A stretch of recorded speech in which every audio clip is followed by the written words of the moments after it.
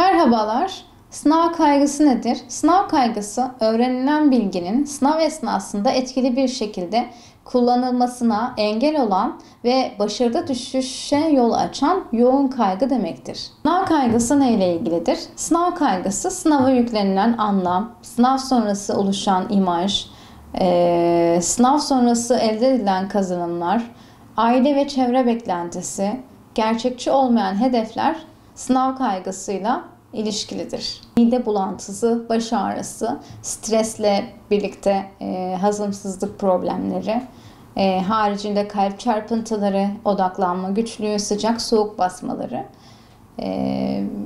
sınavla ilgili konuşmalardan kaçınmak, uzun süre dersin başında kalamamak gibi problemler, iştahta azalma gibi belirtiler görülebilir. Kaygısı öğrenciler için oldukça yorucu ve stresli bir dönem, sınav dönemi.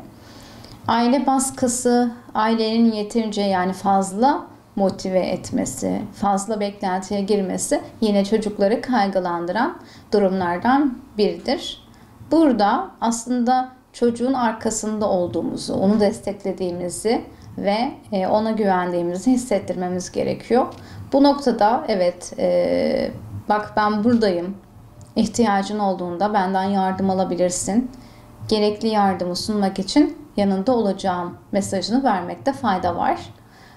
Çocuğu sürekli sınavla ilgili, netleriyle ilgili, başarılarıyla ilgili fazlaca sıkıştırmak çocuklarda kaygıyı arttıracak sebeplerden bir tanesi.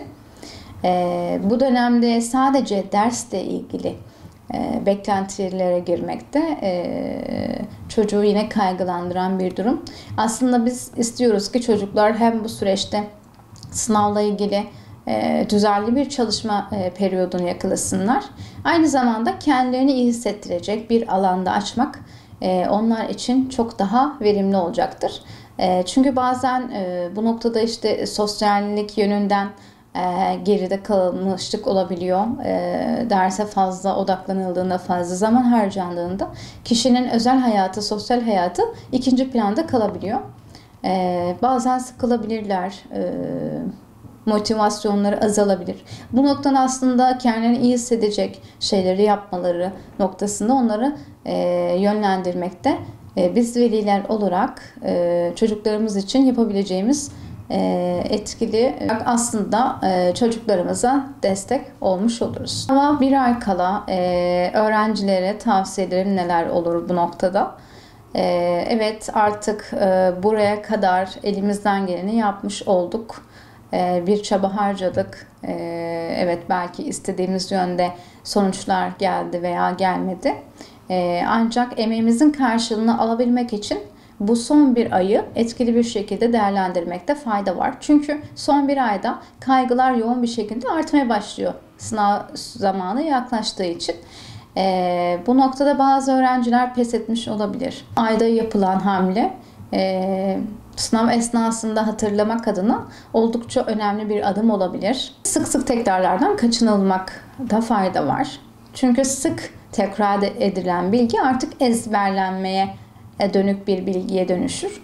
Aslında öğrenilen bilgiler zihnin uzun belleğinde depolanır. Bu sınav esnasında zihin bu bilginin ihtiyacı halinde ortaya çıkmasına yardımcı olacaktır. Son aylarda bolca sorular çözmek, denemeler çözmek faydalı olur. Bu denemeleri analiz etmek bu noktada çok önemli.